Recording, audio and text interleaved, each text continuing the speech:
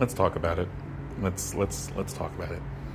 Got a call today from the client, who's also the contractor, about a new construction two-family house did, and they had a framing inspection, and the inspector wanted some more information about a notching that they put in a beam. Now, let's take a look at what this beam is holding. Okay, first, we have this deck, and they're using Weyerhaeuser Edge Gold subfloor. I am unsure, and I'll have to look it up, as to whether this can be used in exterior application. Next, they're using LVLs, where I called for a pressure-treated PSL, and you can already start to see the issue. LVLs, they're laminated veneers of lumber, right? So this is one piece. You can actually see the varying layers of wood along the way. And they're starting to delaminate and swell, which is causing these gaps. And this isn't even what they called me about. This is just what I saw. Like, I will get to the notch that they made, but the first thing I saw, I was like, oh, you guys use LVLs. I called for pressure-treated PSL, the PSL Plus. And the reason why is because these don't come in pressure-treated, which means it shouldn't be used for exterior applications, because they'll take on water and swell and bow and separate and delaminate. So we have this deck here, the roof it's carrying over it. We also have this other deck below that deck, where they did the same thing using LVLs and different types here, because underneath they wrote the different types that are on here. So these are a mix of the 1.8s, the 2.0s. They're using the same Weyerhaeuser Gold here, and here you can even see it more, where it's starting to delaminate and separate. Like, I can get a pretty sizable, oh man, is that not galvanized? You can't see it. The nail in there looks like it's rusted already. I don't know if that's galvanized. Wait, what is that? Is that a sheetrock screw? Important things about Simpson hold downs and everything.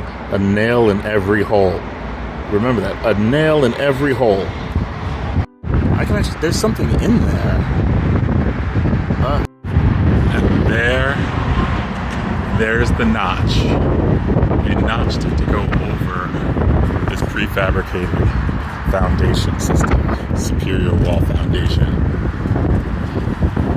Oh man, that's like a solid 4 inches taken out of this beam. Zoom back out. This beam that runs quite a distance in, carries a cantilever beam here, carries these deck, post roof. Oh, man. Now, there are solutions that exist. We just have to find the right one for this project. So I think what I'm going to do, step one, we'll start with the notch. That's the one that the code enforcer is most concerned about right now. And just make sure that the notch or the new depth of the beam works. Tom, what do you mean by the new depth of the beam? Well, essentially, when you notch a beam, especially that much, you've now changed it to, the size of the maximum depth. Let's do a little sketching.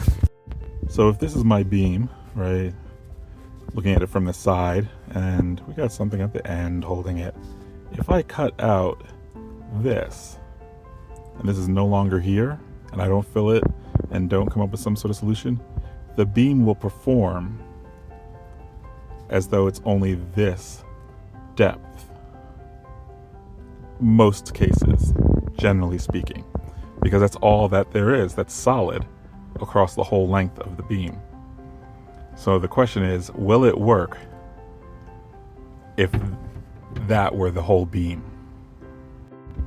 And I know for a fact I over-designed that beam, because I designed the bottom beam before adding the beams above so that it would work if those weren't there, I believe, so that that whole thing could hold on that one set.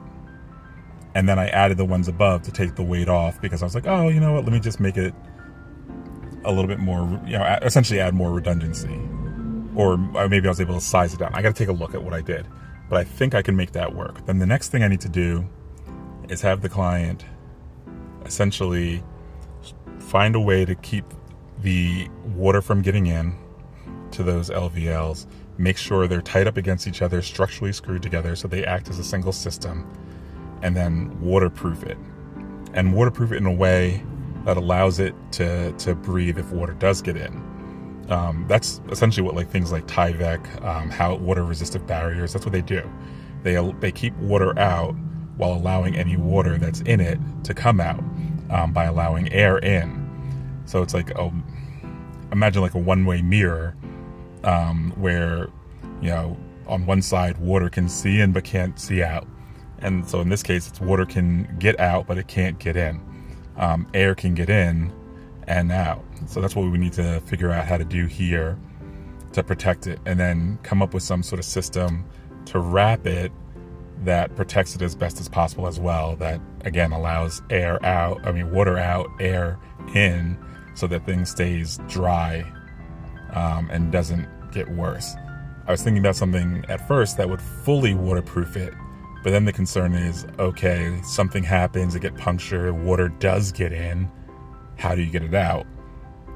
And if you use something like, maybe, I gotta talk to some of the reps, maybe Proseco has something that will allow it to breathe out and not get water in.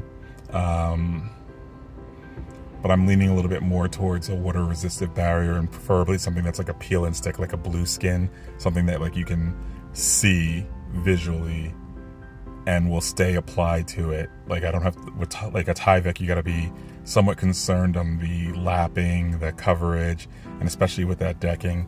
I think we need to wrap the whole thing in it and then put something like a vinyl type product on top of it, maybe like a Deck Tech or something. I don't know. That one's gonna take some thought. Well, yay!